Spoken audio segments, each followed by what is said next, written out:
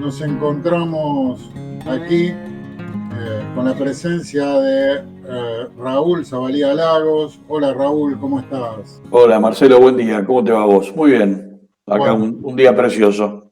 bueno, maravilloso.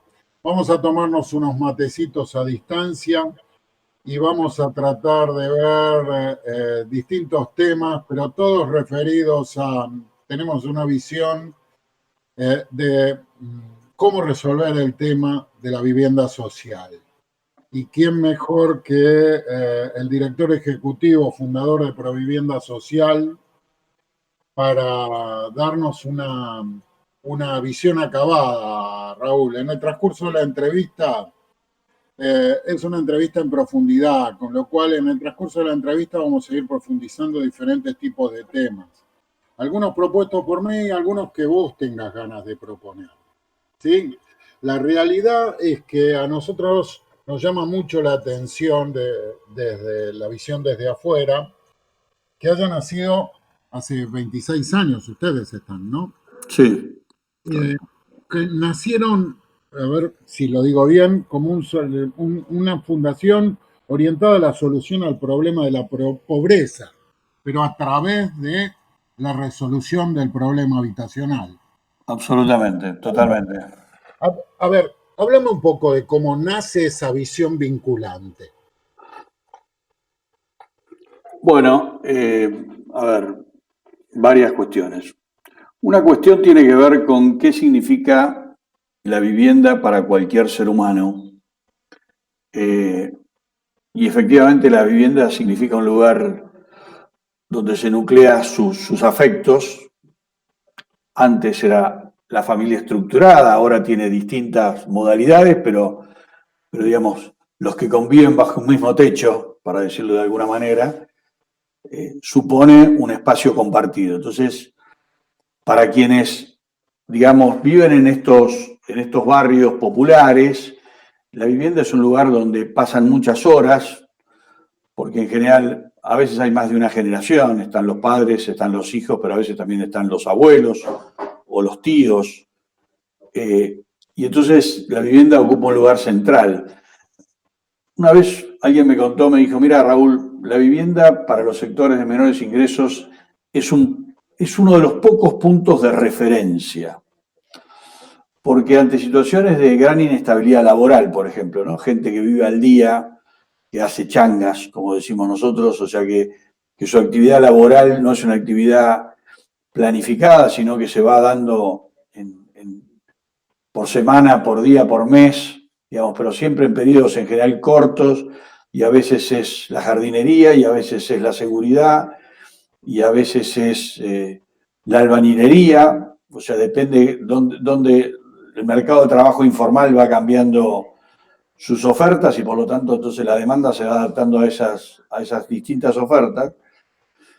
Y también en términos de, entonces, esa actividad laboral fluctuante hace que también sus ingresos sean fluctuantes y por lo tanto hay pocas cosas que son estables. Bueno, la casa, aunque sea una casa precaria, es un lugar de, digamos, es un punto fijo, para decirlo de alguna manera, ¿no? De tantos cambios, la casa representa mucho más que para quienes tenemos una mesa de cuatro patas, entonces decimos, bueno, podemos tener un nivel de sustentabilidad mayor, porque por ahí tenemos una profesión o una actividad, digamos, laboral más fija, tenemos un entorno quizás socioeconómico más estable. Entonces, bueno, una cantidad de cuestiones que los sectores menores ingresos no tienen. Entonces, a veces es un único punto de referencia esto. Y entonces uno dice, bueno, ¿por qué? ¿Qué tiene que ver la problemática de la pobreza con la problemática de la vivienda? Y bueno, tiene que ver con que justamente muchas veces el progreso habitacional significa poder ir dejando la pobreza, digamos. O sea, que hay una correlación entre disminución de la pobreza y mejoramiento de la vivienda. Hay una correlación, digamos. Porque hasta desde lo patrimonial, digamos, uno tiene algún peso donde normalmente el lugar donde va a parar el dinero de los pequeños ahorros que tienen estas familias es la vivienda. Y si uno quisiera decir, bueno, a ver, ¿qué has logrado juntar en la vida en términos patrimoniales? Bueno, cuando uno ve que una familia que arrancó con unos plásticos y unas maderas, y resulta que 40 años después, o 30 años después, o 20 años después, tiene una casa de material, uno puede ver en esa evolución, que es como la evolución de todos los días un poquito, una transformación de la cuestión habitacional.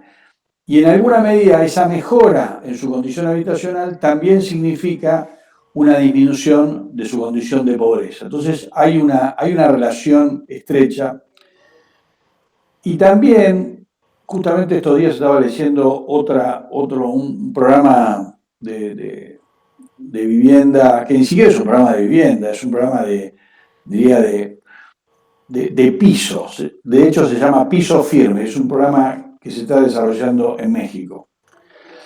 Para que tengamos una idea, en la Argentina todavía hay 400.000 hogares, 400.000 hogares cuyo piso es la tierra, ¿no?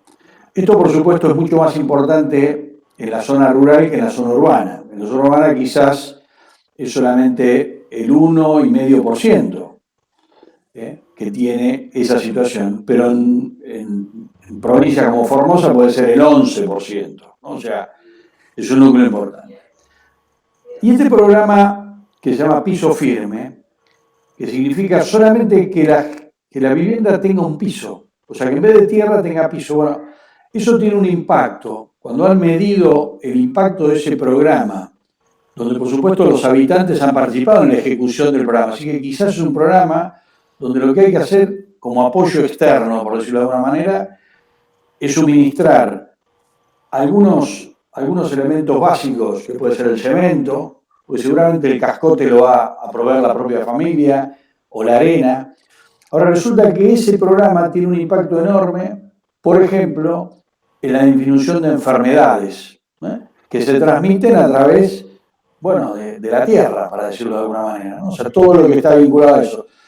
Pero al mismo tiempo también tiene un efecto sobre la educación, ¿no? O sea, nosotros eso ya lo hemos podido comprobar en forma directa de la Fundación, cuando en algún momento le preguntamos a las familias cuál había sido el impacto de un programa de microcrédito que desarrollamos en algún momento para el mejoramiento de la vivienda, la familia que fuimos a visitar nos habló que la señora de la casa, era una pareja con 2 hijos, había empezado a estudiar. Entonces uno dice, ¿qué tiene que ver prestar un dinero para mejorar la vivienda con el estudio? Bueno, en realidad prestar el dinero es mucho más que entregar unos billetes, por decirlo de alguna manera. Significa darle crédito a alguien que por ahí nunca tuvo crédito. Y entonces el efecto es decir, bueno, alguien ha pensado en mí, pero entonces yo voy a recuperar la confianza en mí mismo, porque si alguien confió en mí, por ahí la gente ha perdido hasta la confianza. Y hay economistas como Zen, digamos, que dicen que en realidad el problema de la pobreza, en realidad es un problema que tiene mucho que ver con cómo uno se planta hacia los problemas. O sea, no solamente un problema, llamémosle, material, de condiciones objetivas, habitacionales o de nivel de escolarización, sino que tiene que ver con una actitud ante la vida, para decirlo de alguna manera, ¿no? O sea, si yo he perdido la confianza en mí, difícilmente pueda salir de la situación de pobreza, o sea, de esta situación donde lo único que puedo hacer es extender la mano para que alguien me dé algo y no puedo hacer nada por mí mismo. Ahora, si alguien me ha mostrado a mí que mi problema le preocupa y le ocupa, pero no considerándome alguien que no puedo enfrentar ese problema, sino al contrario, viendo la parte llena del vaso, aunque la parte llena del vaso sea un poquito nomás, no hace falta que esté todo el vaso lleno. Pero si alguien se apoya, entonces dice, bueno, vamos a hacer un piso firme en tu casa y vos vas a trabajar, vas a agarrar la pala y vas a remover la tierra y yo te voy a ayudar con los materiales y juntos vamos a hacer esto. Y resulta que entonces esa persona dice, alguien alguien me ha considerado, y no solamente me ha considerado desde lo que no tengo, que no tengo el piso, sino que desde lo que tengo capacidad para resolver el problema. O sea, pasar de esa situación de pasividad, o sea, llamémosle una pobreza pasiva, que entonces no tiene más remedio que propagarse en el tiempo, a una pobreza activa, donde uno dice, yo me voy a apalancar sobre las capacidades que tiene esta familia y voy a apoyarlos a salir de ahí. Y esa situación hacia la recuperación de la confianza, y quizá la confianza es el primer elemento clave para la transformación de esa situación de pobreza a una situación de no pobreza, una situación, llamémosle, de desarrollo. Clarísimo. Raúl, me dejaste tantos temas dando vuelta, no tenés idea. Si volvemos la cinta atrás, nos vamos a dar cuenta de que podemos pasarnos hablando en la eternidad de todos los puntos que fuiste tocando.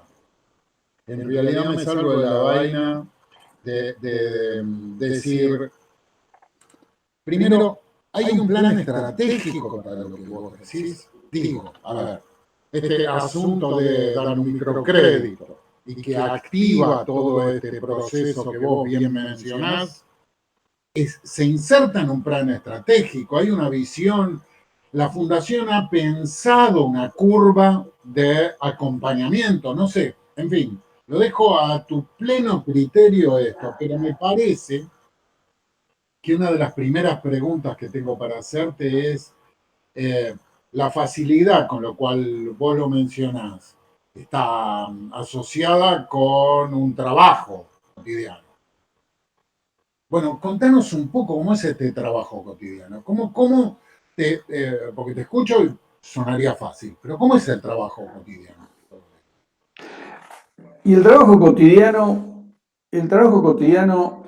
como dirían los chinos, tenemos 2 orejas y una boca, con lo cual deberíamos escuchar el doble de lo que hablamos.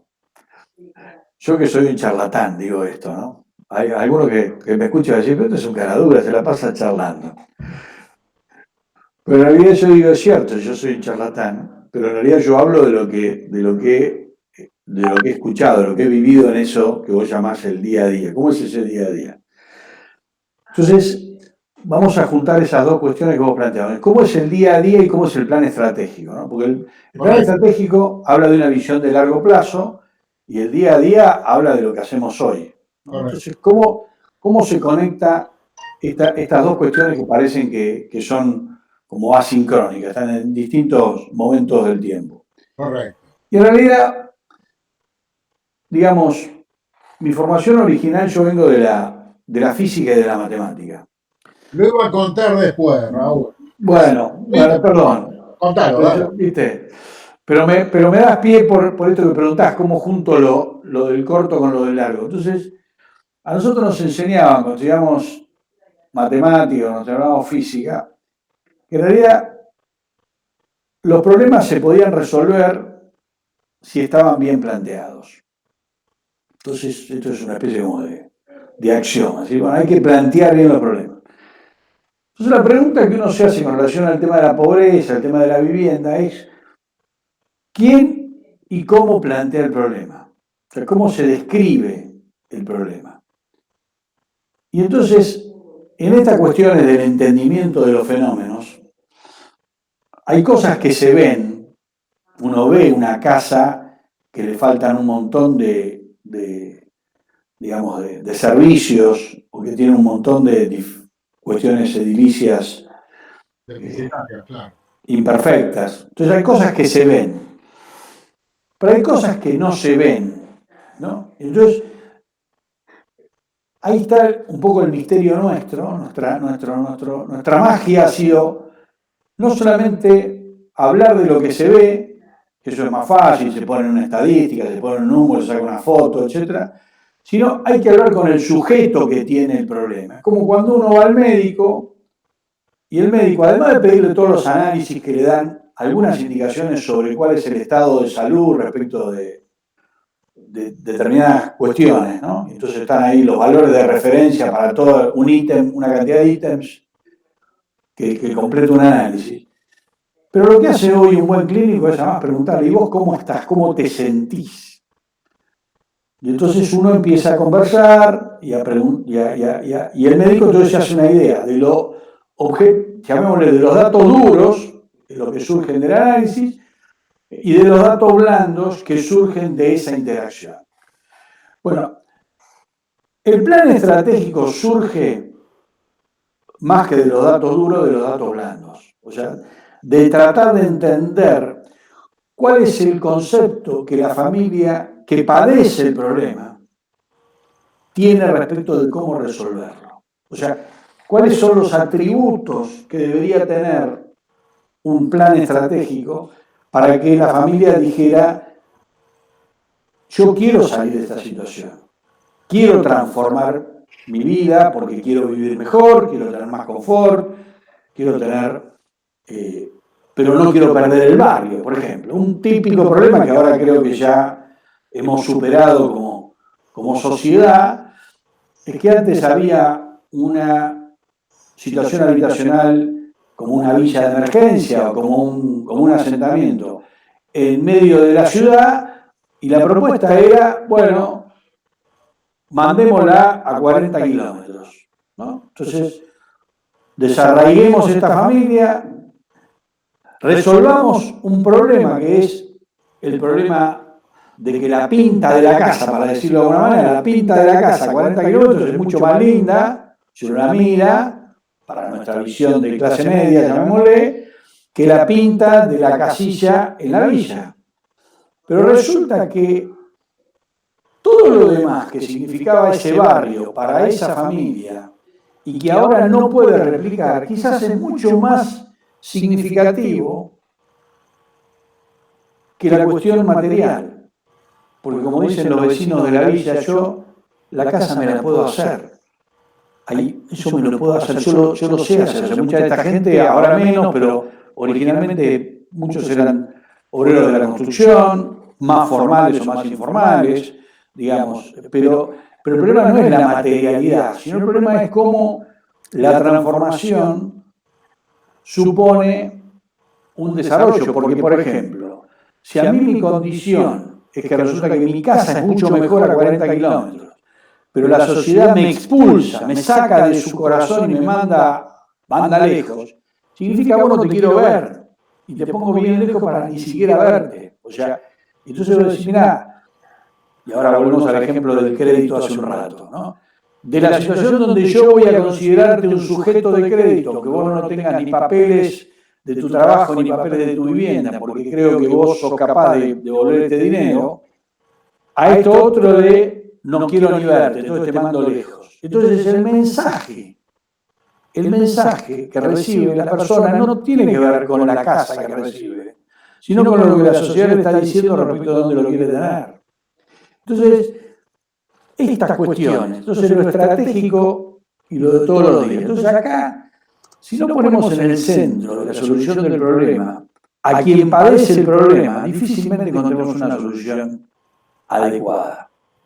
Entonces siempre será que, como pasó, mi primer trabajo, en el año 78, fue colaborar con un grupo de familias de la villa que hoy se llama Barrio 31.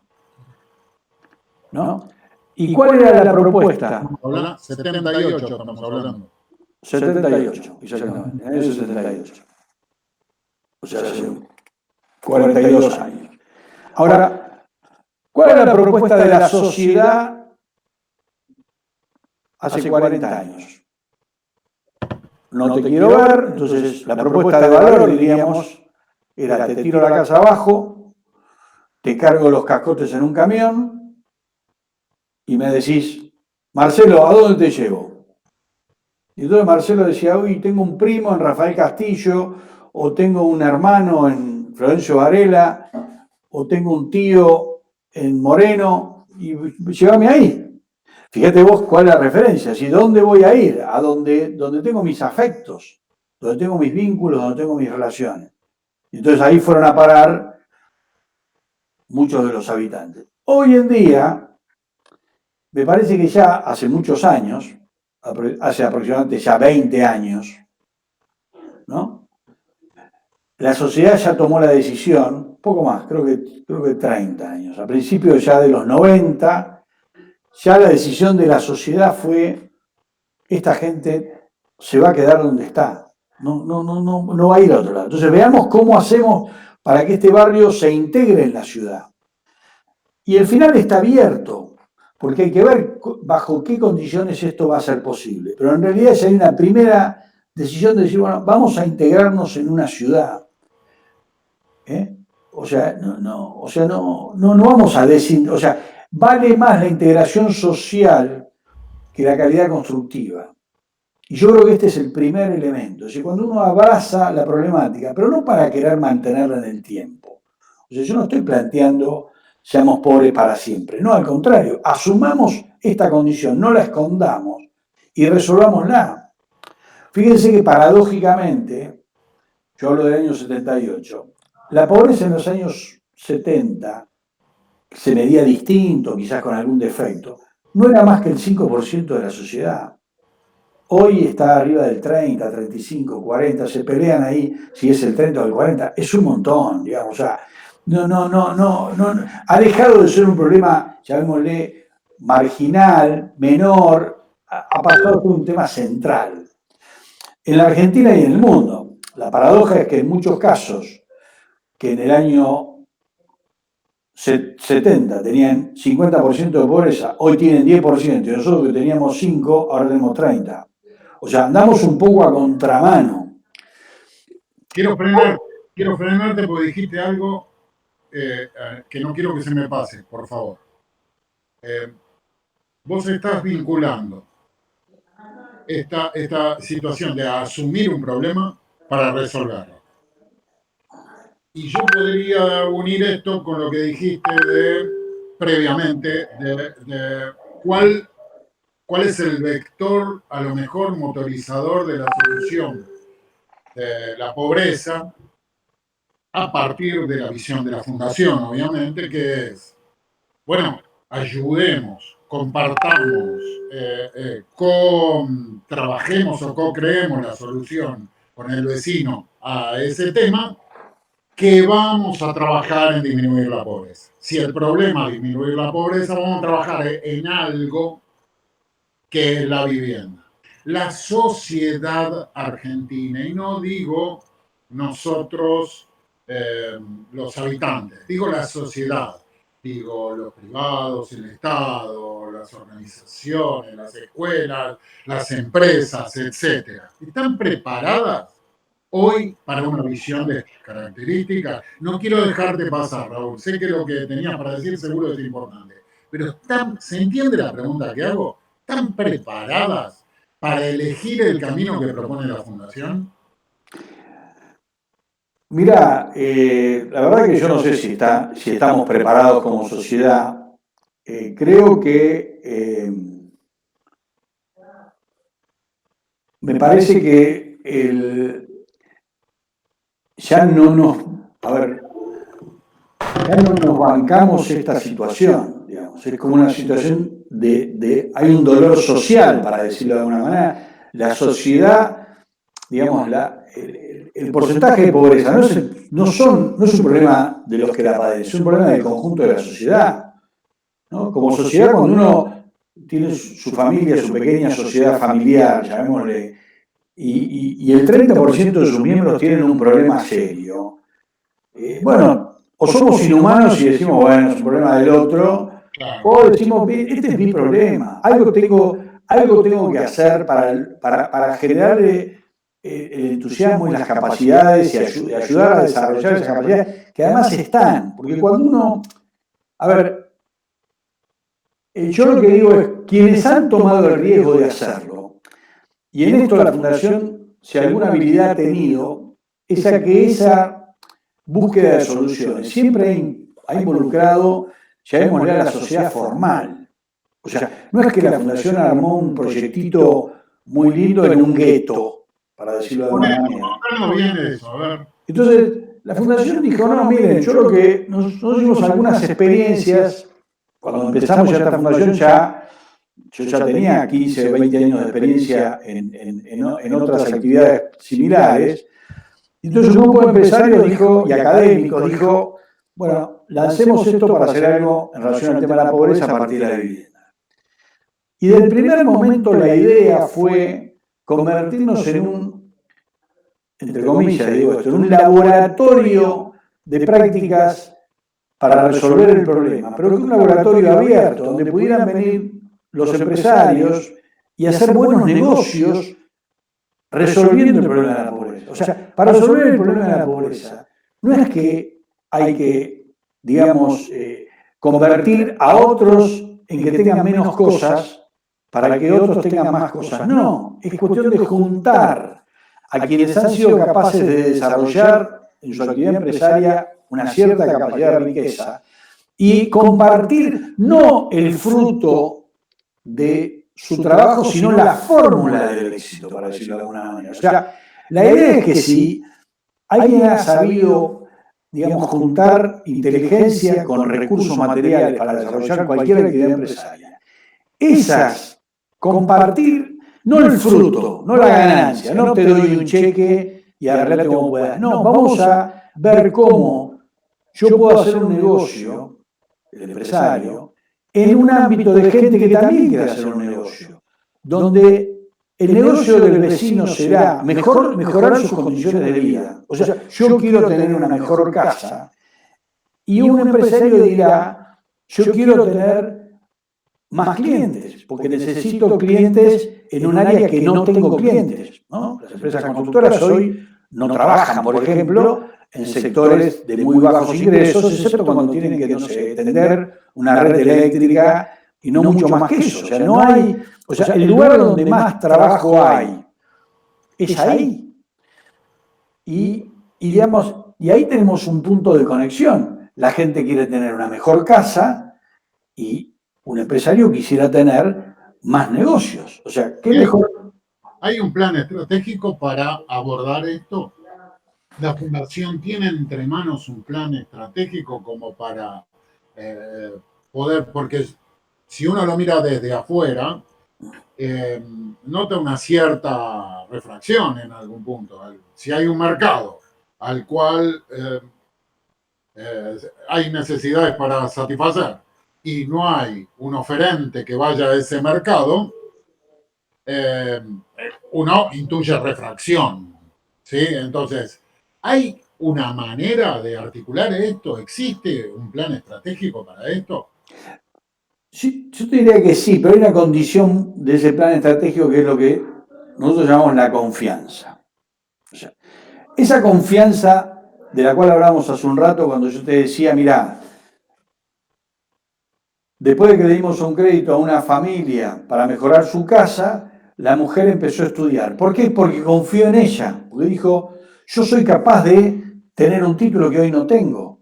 Porque alguien ha confiado en mí. O sea, esta cuestión no se resuelve en los papeles ni en el Excel. Esto se resuelve cuando uno entra en relaciones de trabajo con poblaciones nuevas que desconoce y que no tiene por qué conocer, y entra en una relación de confianza. O sea, la única relación que tiene un ciudadano medio urbano con la cuestión de la pobreza se da cada 2 o 4 años cuando tiene que ir a votar, si le toca votar, en una escuela pública marginal. Entonces ahí conoce una realidad que no conocía, y conoce solamente esto que llamamos la cuestión material, no conoce a las personas que así trabajan. Entonces, yo creo que me parece que este acercamiento, más que vinculado a un plan estratégico, el plan estratégico requiere esto que es inmaterial,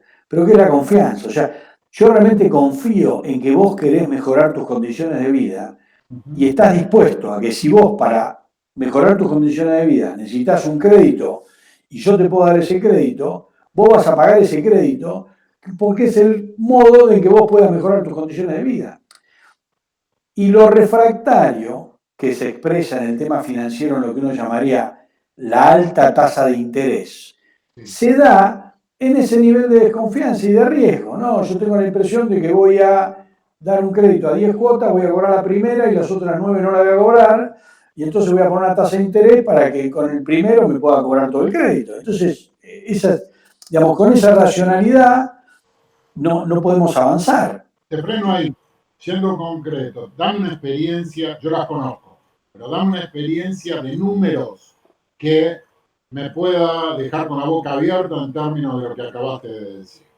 Por ejemplo, hora o lo que fuere. Bueno, yo te voy a contar la experiencia de la Fundación en el año 95. En el año 95 había dos condiciones de contexto en la Argentina. La primera condición de contexto es que estábamos en plena convertibilidad. Plena convertibilidad significa que no teníamos inflación, o la inflación era menos del 1%. Entonces podíamos mirar las cosas no bajo el prisma de la inflación que la hemos mirado durante tantos años, sino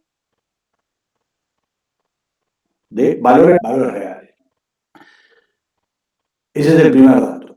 El segundo dato de contexto es que estábamos en plena etapa del tequila, ¿no? El efecto tequila, que había puesto cierto problema en el sistema financiero internacional.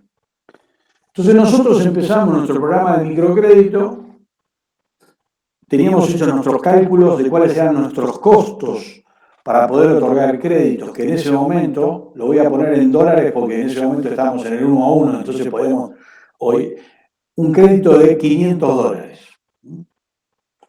Hoy $500, de acuerdo al dólar que uno tome, serán 30.000 pesos o más, pero pongamos que fueran 30.000 pesos, 35.000 pesos. Entonces uno iba a entregar un crédito de 35.000 pesos. Que uno dice, 35.000 pesos, ¿para qué sirven en la vivienda formal? Y seguramente, ¿no?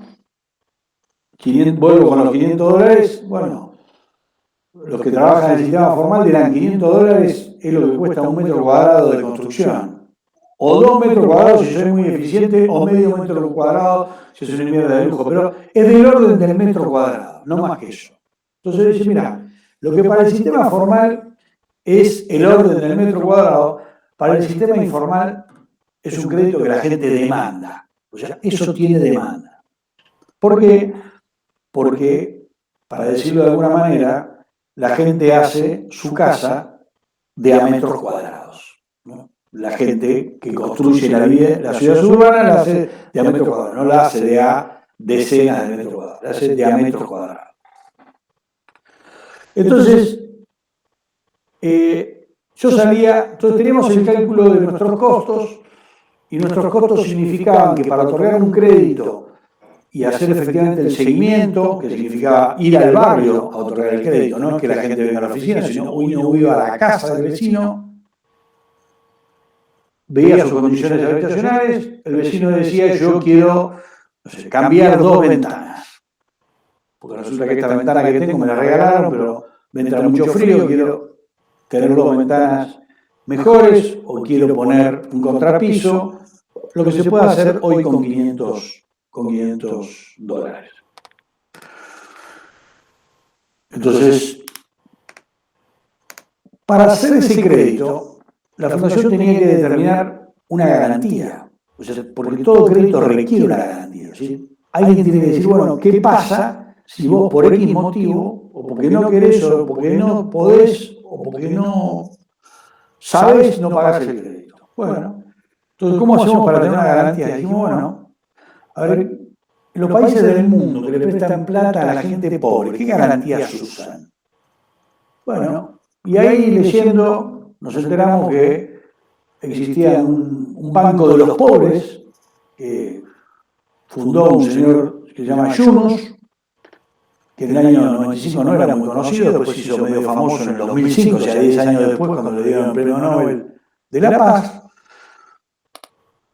Y entonces dijimos, bueno, acá este hombre tiene un buen sistema, que significa que como la gente de menores ingresos no tiene papeles, para decirlo de alguna manera, para dar de garantía digamos, que va a cumplir, lo que sí tiene es lo que nosotros llamamos técnicamente capital social, o sea, tiene confianzas. Tiene un hermano, tiene un cuñado, tiene un vecino, tiene un compañero de trabajo, tiene una persona que comparte, que van juntos los chicos al mismo jardín o a la escuela, etcétera, etcétera, etcétera. Hace 30 años que vivís acá, debes tener por lo menos 3 o 4 personas que puedan compartir con vos esta corresponsabilidad. Entonces, nuevamente, volvemos a lo que decíamos a un lado, voy a la parte llena del vaso. O sea, vos no tenés ni papeles, ni escritura, aunque compraste y pagaste, en muchos casos, el lote, lo único que te dieron en un boleto. Porque después resulta que la inmobiliaria que te vendió eso desapareció, y entonces vos te quedaste con el boleto y todas las cuotas pagas, y no tenés la escritura porque el otro no te la dio, no porque vos no quisiste, porque vos cumpliste. En muchos casos fue así.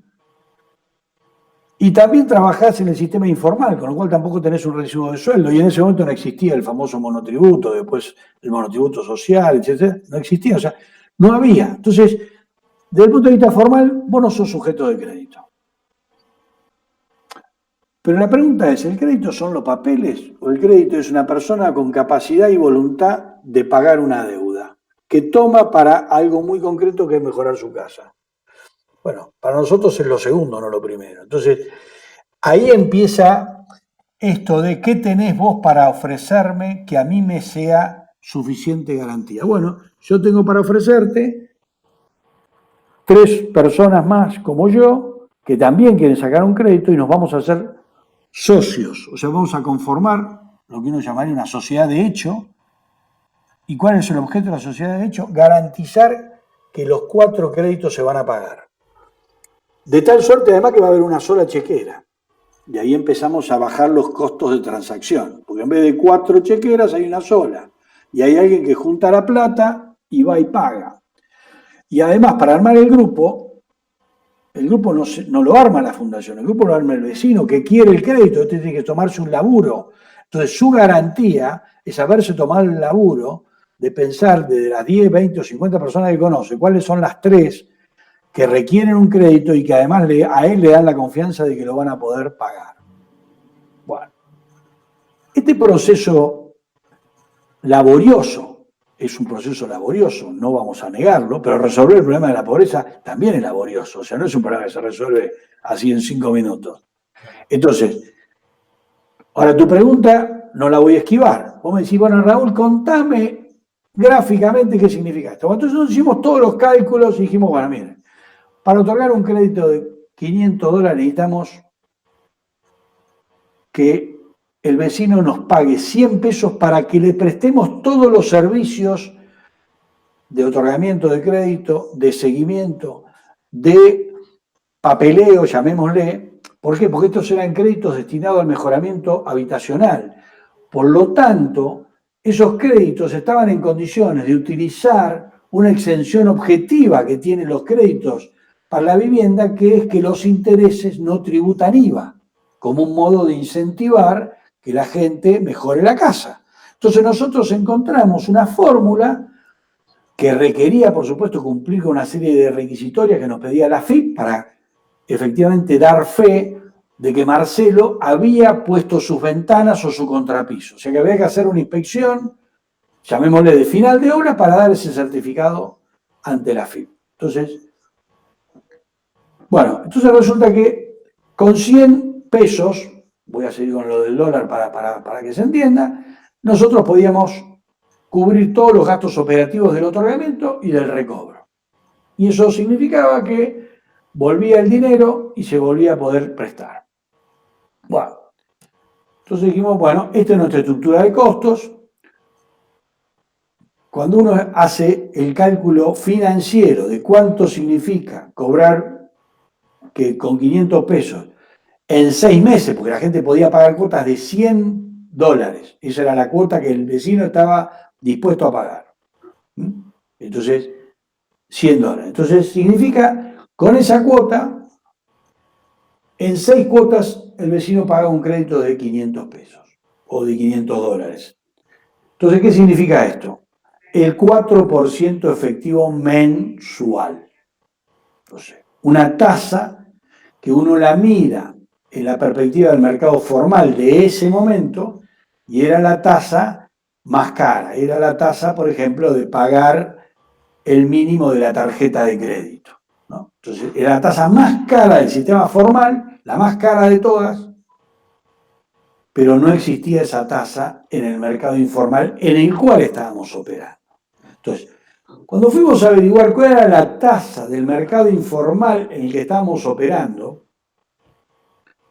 entonces hicimos el ejercicio concreto de ir a solicitar, nuestros promotores fueron a solicitar créditos de $500 a distintas compañías financieras que existen en el área.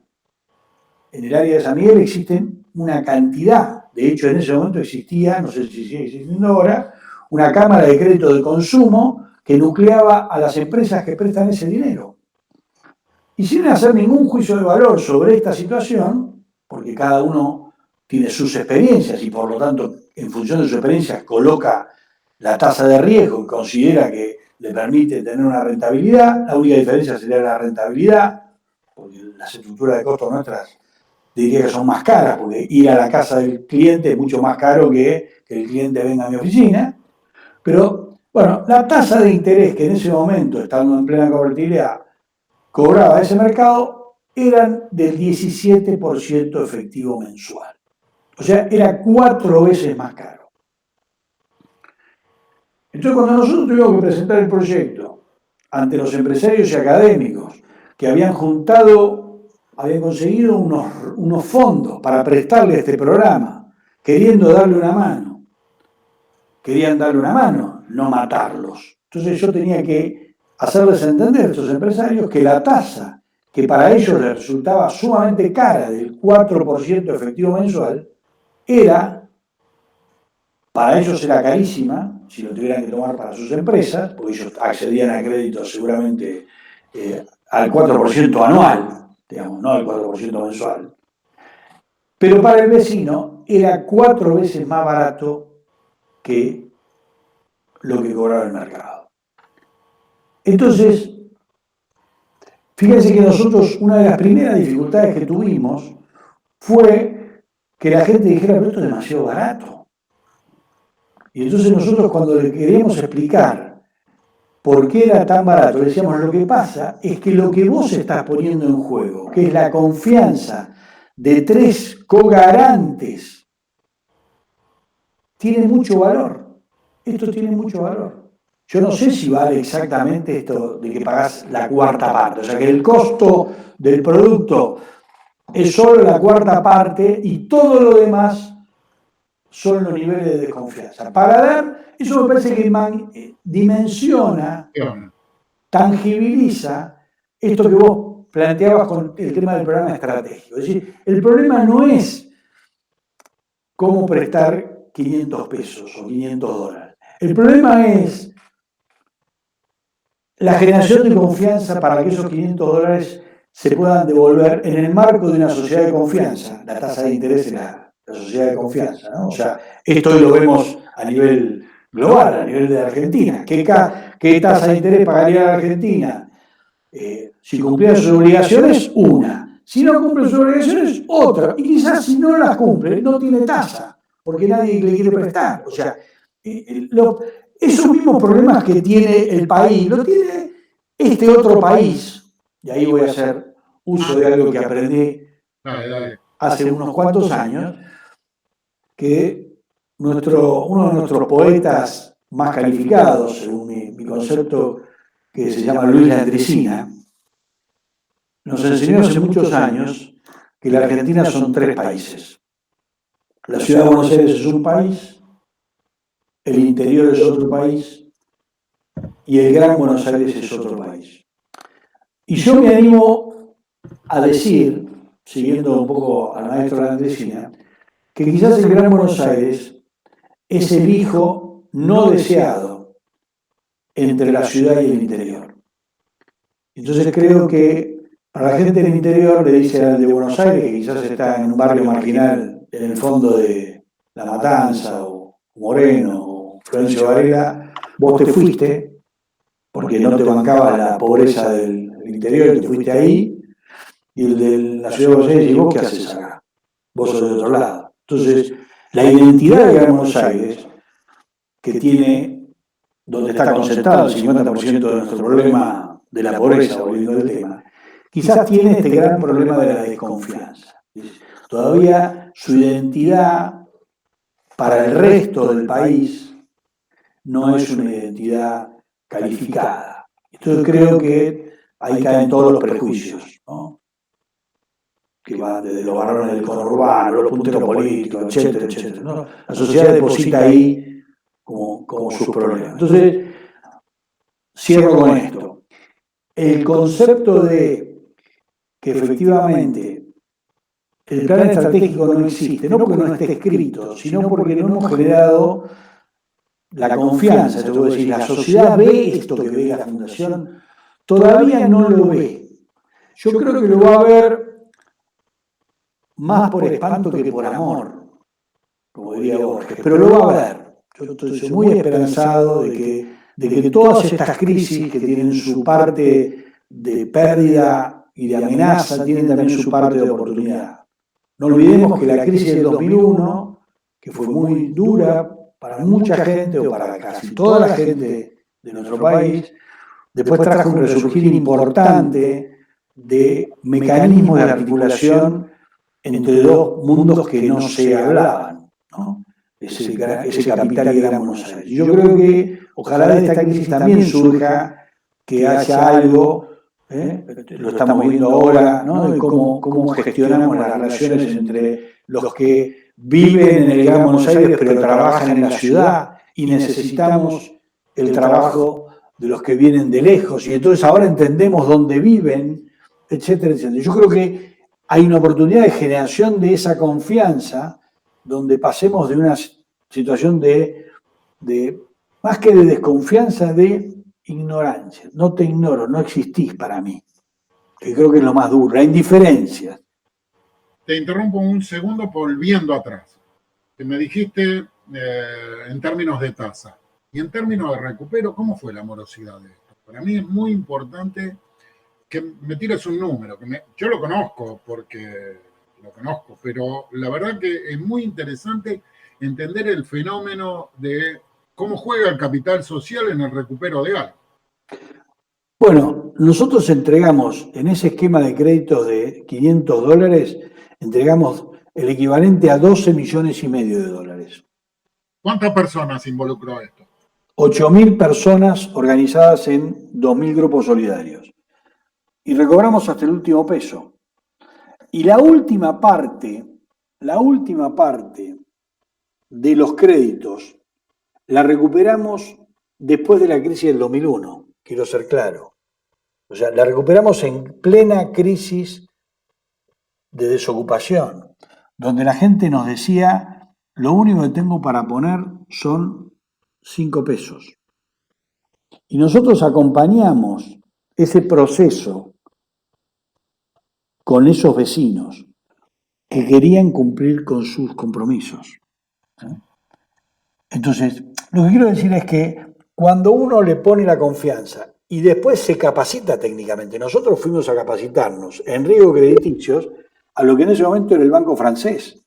Y ahí un señor que era el director de riesgo nos capacitó, a pesar de que el primer día dijo, pero si ustedes van a dar grupos solidarios, el banco no dio ni un grupo solidario, ¿cómo nosotros le vamos a explicar a ustedes cómo se evalúa un crédito? Y yo me acuerdo que le dije, mirá, seguramente hay conceptos que están más allá de la instrumentación operativa, de si el crédito es hipotecario, es prendario, es personal, es de la tarjeta, que debe haber conceptos.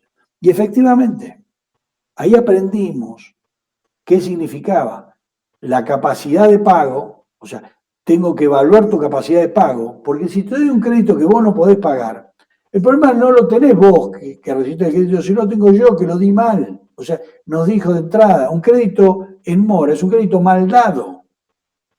Y entonces nosotros entendimos el primer día que nosotros teníamos que hacer una evaluación crediticia adecuada, que era muy fácil echarle la culpa al otro, ya, mirá, vos, estos tipos que no pagan nada. No, te di algo impagable para vos, como nos pasó en la crisis del 2008 con las famosas hipotecas. O sea, le dimos crédito a gente que estaba sobreendeudada. Entonces, claro, eso Eso falla en todo. Y ahí sí eran créditos formales con los derivados y no sé qué cuento, ¿no? Entonces el concepto es el mismo, es decir, capacidad y voluntad. Okay. La voluntad la sellamos con, te trajiste 3 garantes, y entonces al menos que sea un grupo que fue una asociación ilícita, y es cierto, de los 2000 grupos tuvimos uno, pero uno en 2000, no 200, ni 300, ni 500, ni 800, uno.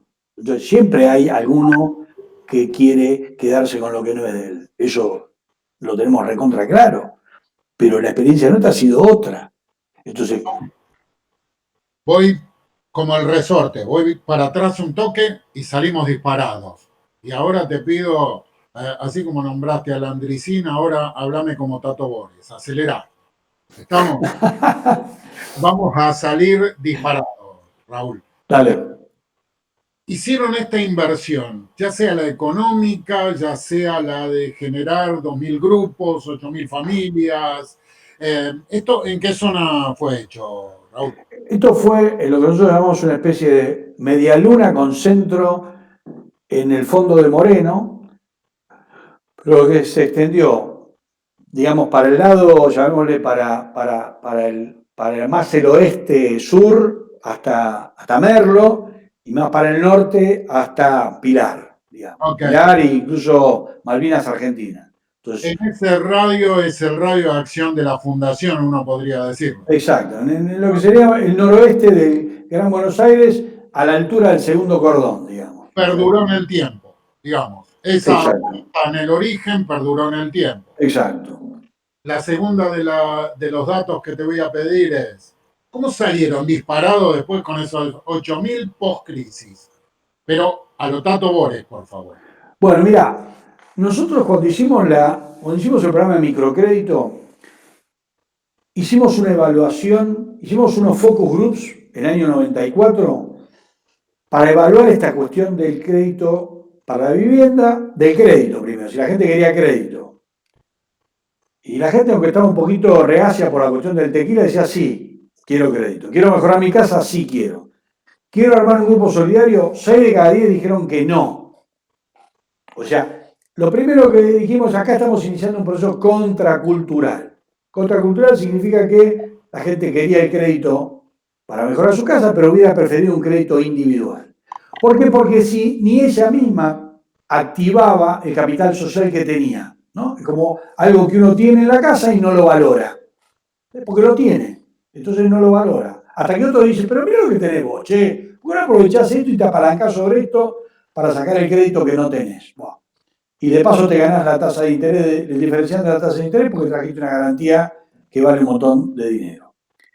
Entonces, con la misma lógica, en el año 2000, o sea, 2 años antes de que estallara la crisis, volvimos a contratar a la misma persona y le dijimos, mirá, acá está nuestra base de datos, seleccionar, en ese momento creo que había 1.500 grupos, aproximadamente 1.500, 1.600 grupos, hacer un sorteo y hacernos por favor un estudio para ver si esta gente nos quiere dar una mano para hacer un salto de cantidad. O sea, queríamos ir en ese momento de 1.500 grupos, supongamos a 6.000, 7.000 grupos. Queríamos hacer un salto cuantitativo. Es decir, queremos llegar a más familias y queremos que sean los propios clientes de los grupos solidarios los que gestionaran esa tarea.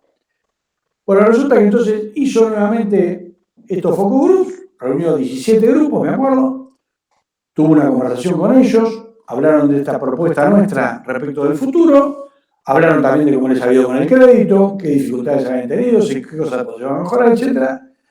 Pero resultó que generó bastante consenso entre la gente que convocaron a ese grupo, a esos focus groups, respecto de que la fundación debería salir de ahí donde estaba, que estaba en el tema de la cuestión de la vivienda, y ocuparse de los temas que tienen que ver con la municipalidad. Entonces, fíjense, y ahora vuelvo al principio, esto de qué es salir de la pobreza. La gente nos dijo, miren, los créditos nos fueron bárbaros, pudimos mejorar nuestra casa, aceleramos lo que uno llamaría el ritmo, ¿no? le pusimos productividad, porque le pusimos capital, invertimos y entonces vamos más rápido para mejorar la casa. Ahora, de última, la casa la podemos hacer solos. Lo que nosotros no podemos hacer solos son los temas que tienen que ver con la municipalidad. Y tienen que ver con los problemas que tenemos en toda la parte de servicios públicos, ¿sí? El agua, la cloaca, el gas, el pavimento, la vereda, la iluminación, el internet, diríamos hoy también. Entonces, hay una cantidad de cuestiones que ya no requieren la acción individual o la acción de pequeña escala de grupo de 4 familias, sino que requieren una transformación mucho más estructural. Y ellos visualizaron, fíjense, el rol que uno le da a una organización social, como puede ser la Fundación Providencia Social, y el rol que le da el vecino. El rol que le da el vecino dice, no, nosotros como ustedes no lo expresaron, no lo organizaron, pero uno interpreta del diálogo, si miren, ustedes que confiaron en nosotros para llevar adelante el programa, y este programa les ha ido bien, nosotros queremos depositarle a ustedes lo que lamentablemente no hemos recibido del Estado. Y ahí saco el gobierno, el Estado que el sector que está más cerca del Estado, de los vecinos, lo que llaman los intendentes, la primera ventanilla son los municipios. Ahí donde, entonces, nosotros, esto que ustedes nos han ayudado para la cuestión individual, llamémosle, que son la cuestión de la vivienda, aplíquenlo a la cuestión habitacional. Entonces, y nosotros, medio que, como yo ahora me agarro la cabeza y digo, bueno, a ver, ¿qué hacemos? Porque nosotros teníamos un banquito, para llamarlo de alguna manera, que además funcionaba bien, que había logrado su punto de equilibrio, con lo cual, con el volumen de créditos que tenía, pagaba todos sus gastos y por eso se planteaba hacer una escalada, para decirlo de alguna manera, a llegar a más familias, para brindar un servicio a otra escala, y los vecinos dicen, no, queremos ocuparnos de todo otro tema. De vuelta, me quedo con lo que sé hacer y me va bien, o hago lo que me pide nuestro cliente, que en este caso tenemos claro que nuestro problema era la pobreza y que los que conocen cómo resolver el problema de la pobreza son los que la padecen. Entonces, ellos se apalancaron en lo que habíamos hecho juntos y nos pidieron que nos ocupáramos de estos temas. Entonces, se vuelve a dar esta cuestión de, bueno, te tengo confianza, Fundación, ocupate de estos temas que para mí son estructurales. Porque si yo no resuelvo estos problemas estructurales, podré tener una linda casa en un barrio que le falta todo. Que como los vecinos dicen, nosotros también vivimos en un barrio privado. Privado de agua, privado de gas, privado de cloaca, privado de pavimento, privado de vereda, etc. O sea, ayúdennos, creo que el mensaje fue en ese momento, ayúdennos a organizarnos, así como nos organizaron para armar los grupos solidarios, que nosotros no sabíamos que podíamos juntarnos con otros para tener un crédito y resolver un problema. Ayúdennos para enfrentar un problema quizás más complejo, como es el acceso a los servicios básicos en los barrios. No sé si me fui muy lejos de donde... No te fuiste lejos. Me parece indispensable preguntarte, ¿los vecinos manifestaron la capacidad de sus carencias diciendo ayúdennos?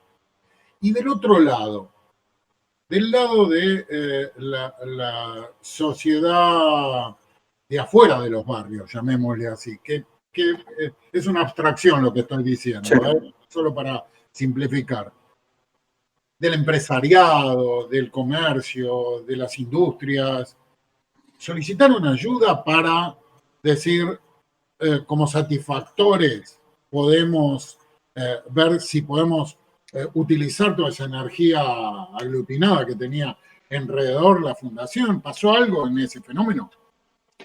En realidad no, era como un fenómeno raro, ¿no? Como un, mirá, ¿no?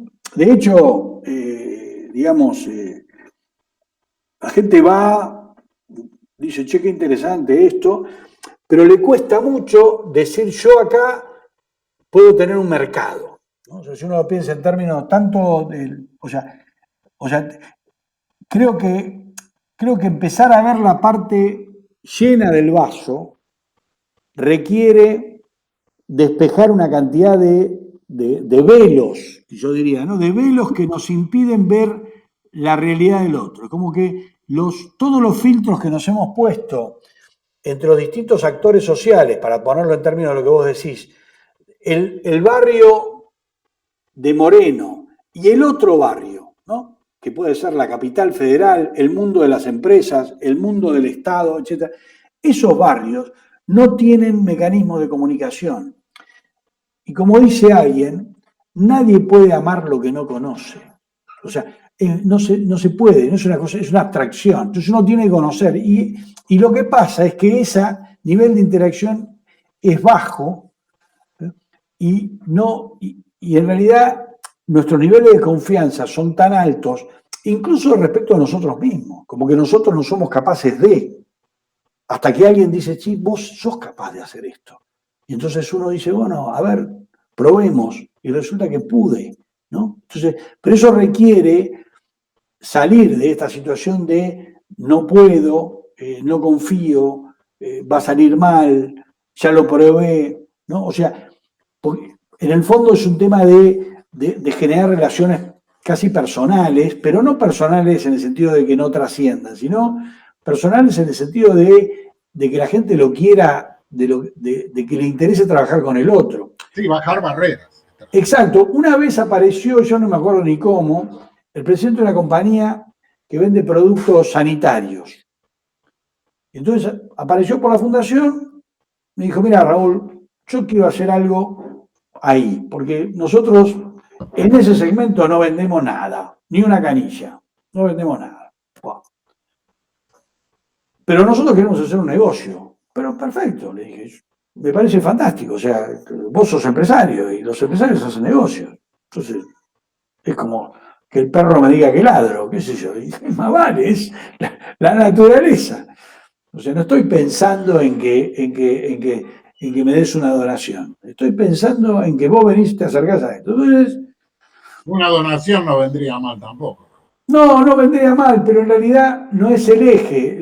Eso viene, o sea, hay que entrar por otra ventanilla, digamos, para decirlo de alguna manera. Entonces, nosotros nos parece que lo que debemos hacer es que así como a nosotros nos fue muy bien prestando esa cantidad de dinero, hay que abrir la puerta a todos los bancos de la Argentina que quieran hacerlo. Y hoy hay algún banco de primera línea que está haciendo sus experiencias, ya tiene 10 sucursales, que son sucursales insertas en barrios populares, no en donde la gente consume, sino donde la gente vive, ¿no? Los marketineros dicen que uno puede estar donde la gente consume, donde la gente trabaja o donde la gente vive. Bueno, hay que ir a donde la gente vive para ver cómo vive la gente y cómo es posible desde ahí transformar esas realidades, ¿no? ¿Te queda algo al respecto? Te interrumpí, perdón. No, quería comentar, cerrar el tema de el diálogo que yo presencié entre un empresario que quería hacer negocio y un vecino estaba dispuesto a recibir a este empresario en su casa. Entonces apareció este empresario en sábado a la mañana y le digo, mira, vamos a ir a ver a Raúl Milla. Raúl lamentablemente falleció hace unos años de una enfermedad que se lo llevó medio rápido. Y entonces lo fuimos a ver a Raúl, en ese momento estaba fantástico. Entonces nos sentamos en el comedor de la casa de Raúl con este empresario. Y entonces el empresario, para que no quedaran dudas, se sentó y le dijo, mira, Raúl, yo acá vengo a hacer un negocio. Eso yo lo tenía claro porque era lo que él me había dicho que venía. Ahora, lo que no tenía claro era que él iba a contestar el vecino. Y el vecino, ¿sabe qué le contestó? Yo también quiero hacer un negocio con vos. Así que bienvenido a este barrio. En un momento el empresario pidió pasar al baño. Y efectivamente cuando fue al baño se dio cuenta de que ese baño le faltaban todas las cosas que él quisiera venderles. O sea que él dijo, acá tengo un mercado. Entonces, si el empresario quiere hacer un negocio y el vecino quiere hacer un negocio, lo que hay que generar es ese camino para que eso se concrete. Entonces, ¿qué quiero decir con esto? Y lo mismo nos pasó con banqueros. O sea, lo que nosotros hemos generado es la posibilidad de que los banqueros que quieran hacer negocio en estos barrios tengan un canal, llamémosle, así como tienen un canal de supermercado, tienen un canal de no sé qué, tengan un canal que se llame Barrios Populares. Y ese canal tenga su esquema de trabajo, su rentabilidad, como tienen los otros canales, como no sé, los bancos tienen la banca corporativa y la banca personal. Y supongo que debe ser distinto los que manejan los créditos de $1.000.000, los créditos de $10.000 o $5.000, o los hipotecarios. Entonces, hay un canal que todavía no está. Hay un canal que yo creo que ese canal en algún momento va a estar. Y que va a requerir, así como, no sé, el que atiende al sector agropecuario en el sistema financiero tiene que saber algo del negocio agropecuario, y no es lo mismo si va a atender a los que siembran que a los que tienen animales, que a los que tienen maquinaria agrícola. Entonces habrá un especialista en maquinaria agrícola, porque los clientes de la maquinaria agrícola operan con una determinada dinámica y el cliente del sector agropecuario, del sector de los granos con otra dinámica, y el sector de los vacunos o de los chanchos con otra. Bueno, acá es lo mismo. Decimos, a ver qué entonces, pero eso supone, como supuso en algún momento, si le quería prestar al sector agropecuario, armar un equipo de trabajo para poder operar en ese mercado. Correcto. Bueno, lo que uno llamaría esas inversiones. Nosotros, la inversión en la demanda ya está, hay que hacer la inversión en la oferta, diría alguien. Ahí voy. Hay un término común que, de una u otra manera, ese mundo que vos nos contás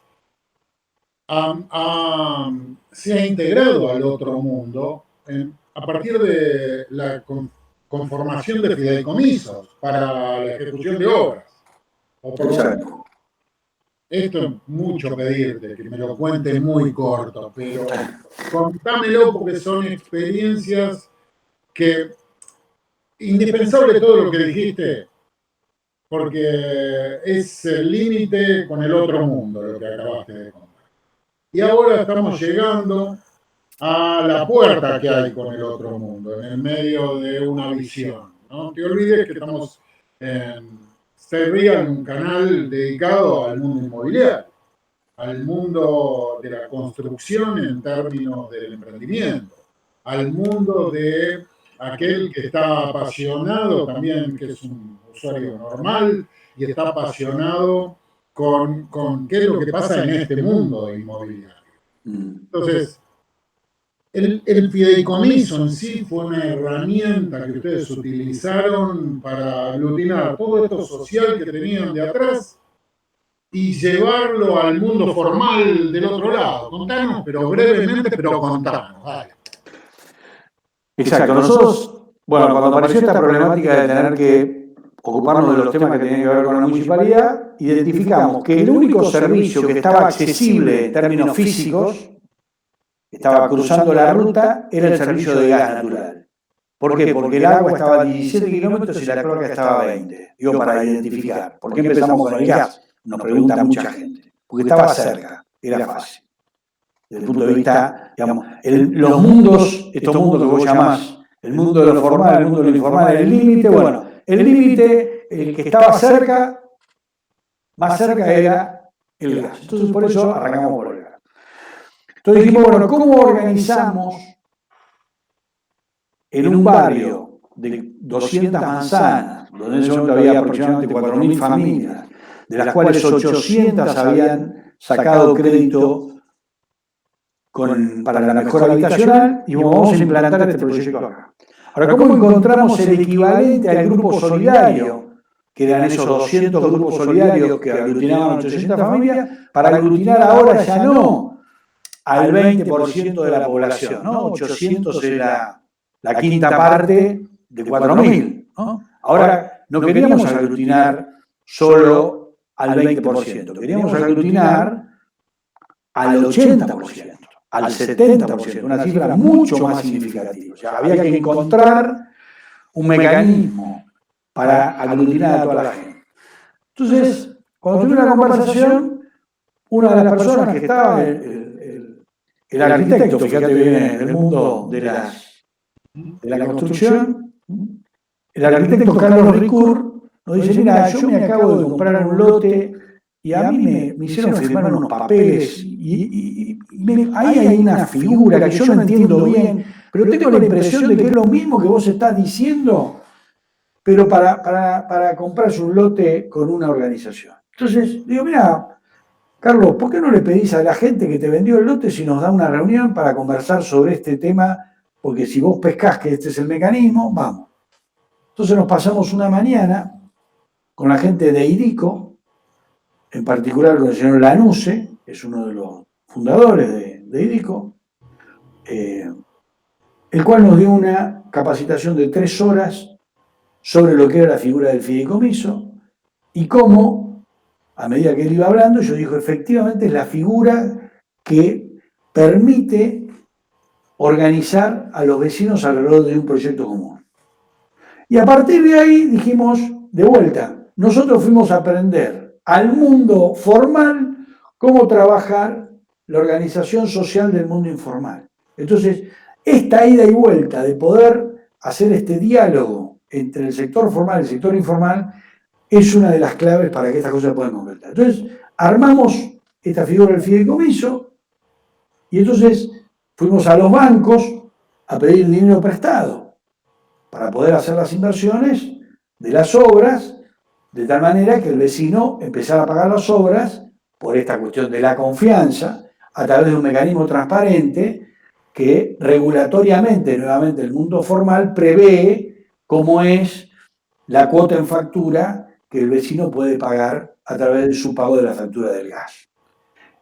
Con lo cual les quiero decir lo siguiente, los instrumentos para la ejecución del plan estratégico están todos, la figura del fideicomiso existe desde el año 90 y pico, la cuota en factura también figura, o sea, la cuestión instrumental está toda, nosotros tenemos todas las leyes que necesitamos para resolver los problemas, lo que necesitamos es las ganas de hacerlo y ponernos de acuerdo con quienes tienen el problema para ver cómo nosotros podemos vender nuestro servicio.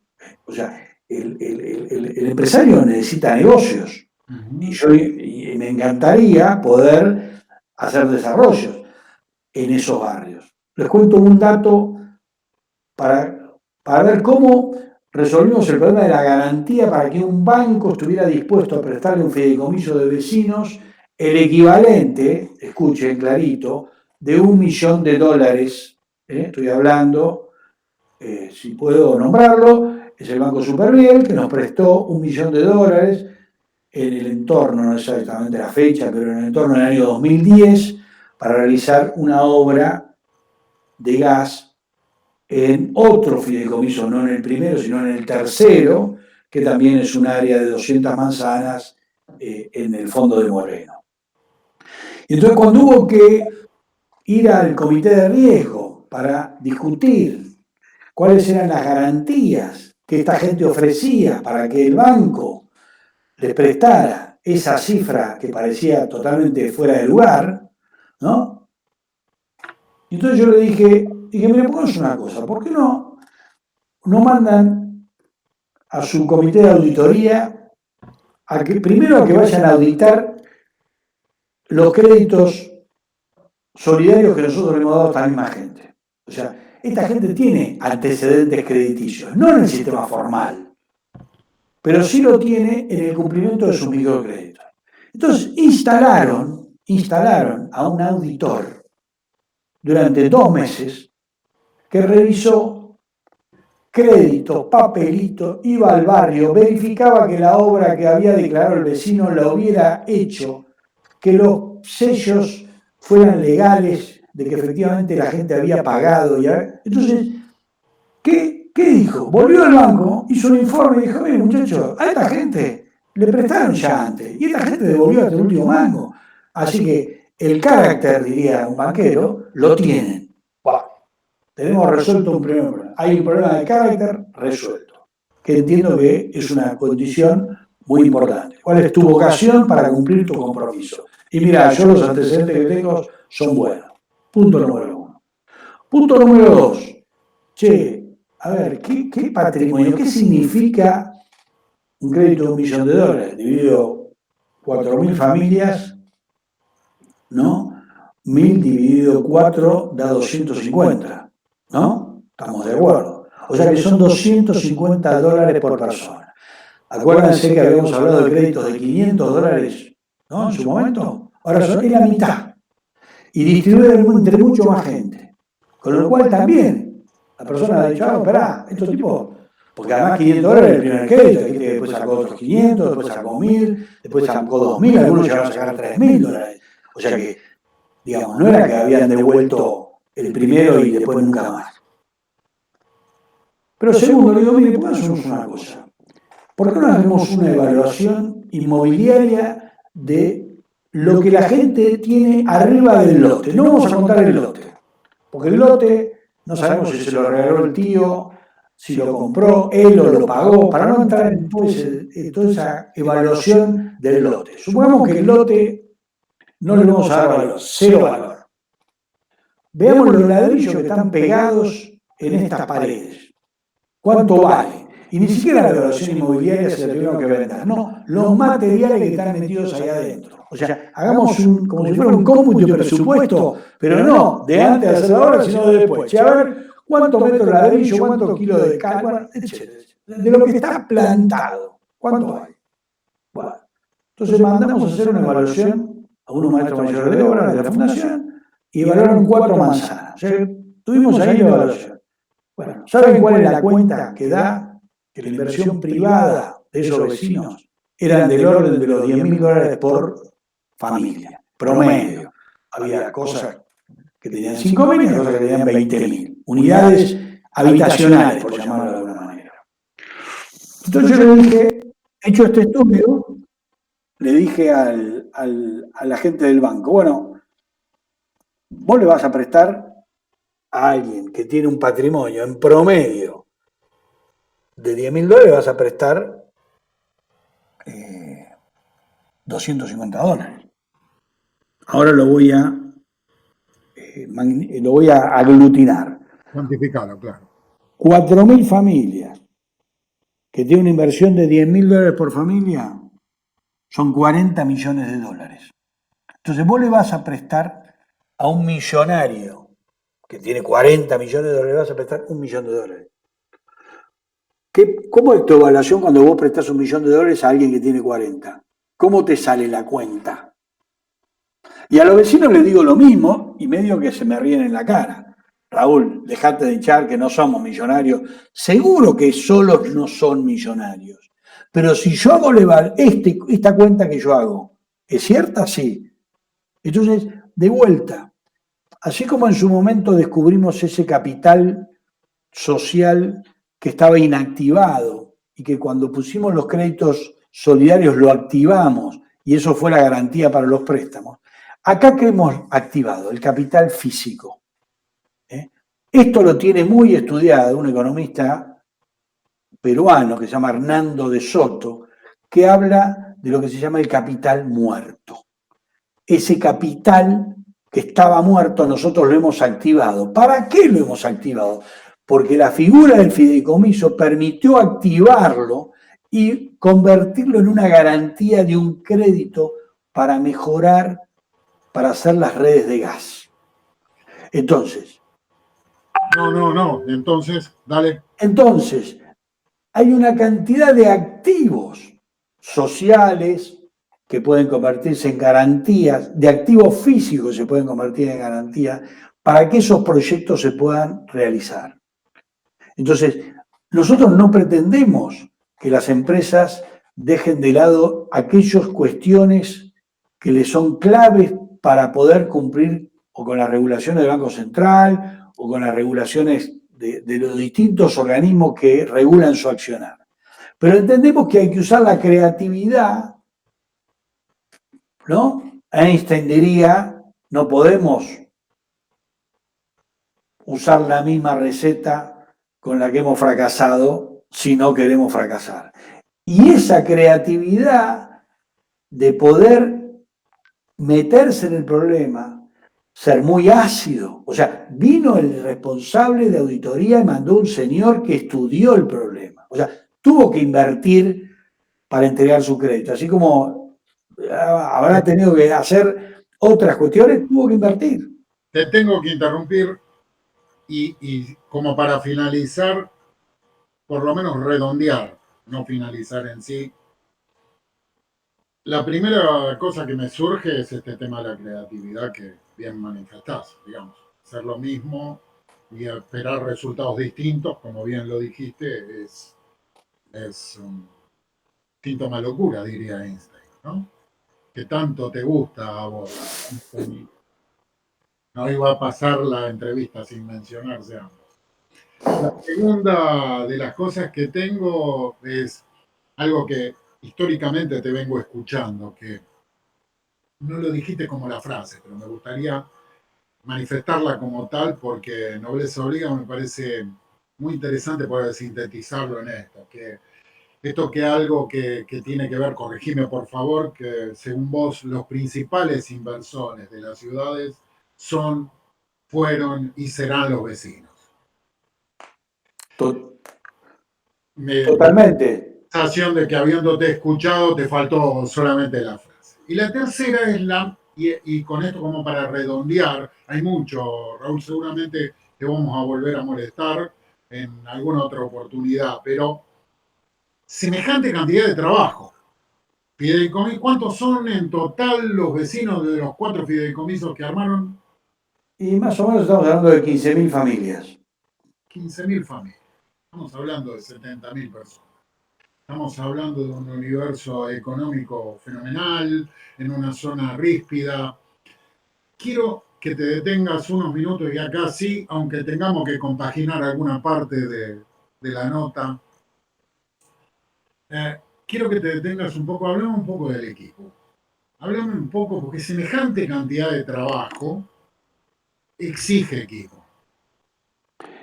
No, ni siquiera te pido la foto actual, histórica, sino el conjunto, porque yo voy a confesar algo ante la audiencia. Hace 26 años o 25 que nos conocemos, he sido voluntario, he sido consultor, he sido ejecutivo, digamos, para decirlo así, de la fundación, y siempre uno se va quedando en la fundación. Por lo tanto, la foto es la película. Háblame un poco de cómo está visualizado, cómo es el equipo, cómo es la tarea de la gente que realiza. Trata de compactarlo lo máximo posible, pero me parece que hay mucho trabajo detrás de todo. Y yo creo que nosotros mezclamos dos cosas que son, digamos, bien distintas, pero que son estructurales a la fundación. La fundación nosotros decimos que es una pareja que está conformada por un consejo de administración que son empresarios y académicos y un equipo operativo que somos, para decirlo de alguna manera, trabajadores sociales. Pero trabajadores sociales, claramente no hay ningún asistente social, digamos, o sea, desde el punto de vista profesional. Somos trabajadores sociales en el sentido de que nuestra tarea es entender y promover formas de trabajo con los vecinos que permitan que los vecinos sean los que lleven adelante los proyectos. Esta es un poco la magia de nuestro trabajo. O sea, nuestro trabajo consiste en ver cómo los vecinos llevan adelante esto que ahora se llama el proceso de co-creación. Esto lo tenemos en el ADN del primer día. Nosotros tenemos una especie de mantra en la fundación que dice: todo lo que los vecinos puedan hacer, nosotros no debemos hacerlo.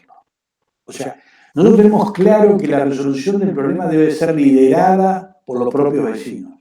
Nosotros le vamos a como ir marcando cuestiones que sabemos que ellos tienen, pero que ellos por ahí no saben que tienen. Ellos no sabían que tenían capital social que les permitía sacar un crédito, no sabían que tenían capacidad de conformar un fideicomiso, organizar manzana por manzana el desarrollo de cientos de miles de redes de gas. Quizás nosotros, ¿qué es lo que hacemos? Nuestra tarea consiste en eso, en ver que vos podés, que significa, por ejemplo, que las personas terminen su escuela primaria, porque muchas de las personas que cuando ingresaron a la fundación, lo que manejaban era la escoba, y hoy manejan la computadora, y están a cargo de la administración o de la tesorería. O sea, capacidades que confiar en las personas permite que esas personas tomen un mayor compromiso que a veces se tangibiliza en esto de estudiar para ponerse en condiciones de poder después llevar a cabo una tarea que uno tiene expectativa de que lo haga. Entonces, esa en definitiva es la tarea, y es juntar los distintos mundos. Los distintos mundos, lo que significa el mundo empresarial. Ahora últimamente es muy fuerte el mundo académico. O sea, estamos trabajando en temas que no tienen nada que ver, porque en algún momento, hace un año y medio, una de las vecinas, en alguna de esas reuniones, nos dijo: Raúl, estamos con dificultades con el tema del pago de las facturas. Y entonces, claro, efectivamente dijimos, bueno, vamos a empezar a estudiar la cuestión de la eficiencia energética. Y entonces ahora tenemos un convenio con la Universidad de San Martín. Entonces uno dice, ¿qué estamos haciendo? Y todos los viernes tenemos clases ahora virtuales para aprender, para entender la factura y qué cuestiones de uso y de artefacto nos permiten, por ejemplo, bajar, pero no 20%, bajar a la tercera parte del consumo energético sin perder calidad de vida.